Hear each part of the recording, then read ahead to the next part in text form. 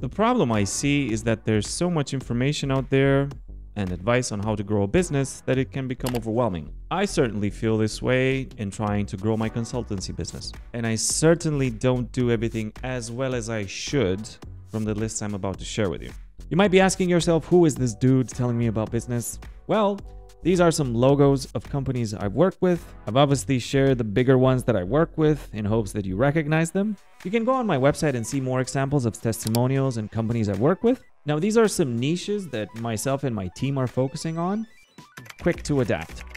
Companies that are winning are quick to adapt. These are the long-lasting ones. Think about the pandemic when everything shut down. Many companies went under, but some of them came out even better than before. They saw that they quickly needed to change, or they would have to see themselves go away.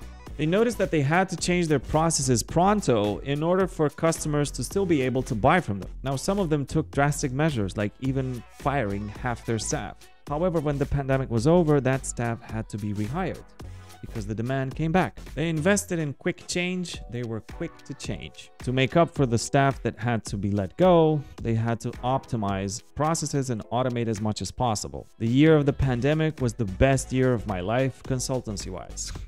No short-term solutions. The strategy is never what to do next month, what to do in the next 2 months. It's always what is there on the list 2 years from now. It's a kind of forward-looking strategy that encompasses a long-term vision. It's not easy. This one is a tough one, especially if you're trying to fix things in a reactive way as they come. I'll be honest, this is one that I'm not doing very well on because I'm still learning. They invest in tech solutions. These companies have a diligent way of understanding business requirements. They also understand what they need in order to be productive. There's no excuses and open and honest conversations about these needs. They invest in testing. An example, let's see how this tool can fix our business needs. Let's see if it can do a better job than what we're doing. Mr. Consultant, can you do a demo for me in order for me to see how you can solve these requirements? How much does it cost to create this template for me? They integrate their systems so that their data or data, which one's correct, to be in the same place so they can have the same 360 view of their customer. What they don't do is something like, oh my God, AI came out, this new technology, let's apply it in our business. It's going to be great for us.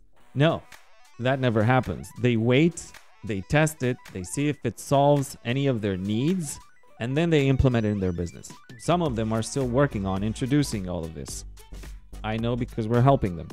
If you haven't already, please like and subscribe to this YouTube channel. It'd be very useful for us and we'd be very grateful. Thank you. Keep on watching. They invest in people. Now, this one is an obvious one and you've probably read it in all of the business books out there, but it's so true. You can only go as far as your team allows you to go. And obviously, as a business owner, you can see in people only what you can see in yourself. That means that if you're short-sighted as a leader, don't try to cut anybody else's wings if they have ideas. Now, in my decade of experience, I am still in touch with the same people I was when I first started out interacting with some of these companies. That's amazing. Do you know how fast and efficient conversations are with somebody who has been having the same role for 5-6 years? Oh my God, it's so refreshing and invigorating. They know what they want, they outline it very clearly, they understand the process of implementing a new solution and its implications.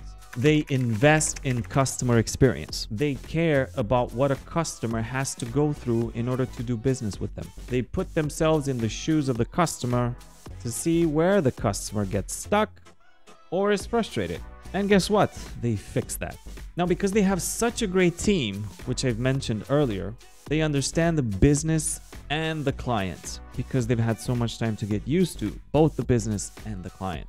They are also very quick to see the return of investment if they invest in the right customer experience. Small companies can't afford a customer experience department.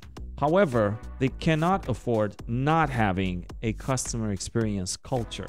So they may not have a team to deal with customer experience, but they have a culture to actually cater to customers and help them. Now, obviously, large companies have a CX person or a CX department, which focuses solely on this. They use their data to make business decisions.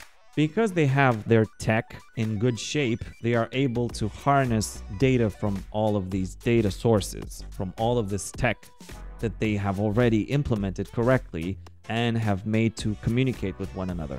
They make sure to track everything, and I mean everything. This helps them to see how well a marketing campaign is landing, what the customer effort score is. By the way, I have a video about this up top. They can see what the customer happiness is, where the customer gets stuck in the onboarding, why churn happens. Remember churn? Oh my God, such a big enemy. They can see when they're understaffed, they can see when they are overstaffed, and maybe they can apply some of the new technology with AI that can take over some of the repetitive jobs. They can find out when they can outsource, etc.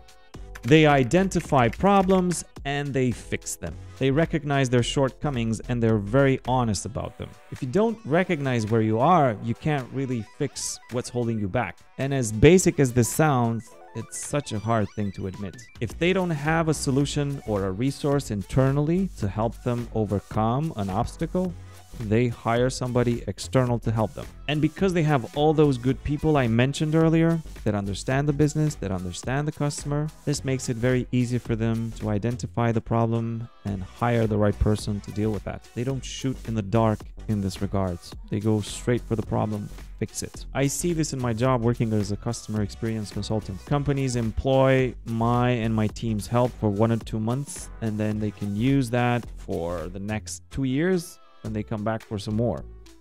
If they don't decide to maybe hire somebody internally to deal with that. This has been the video for today. I know that you probably have your own thoughts and I'm waiting for you to comment on these.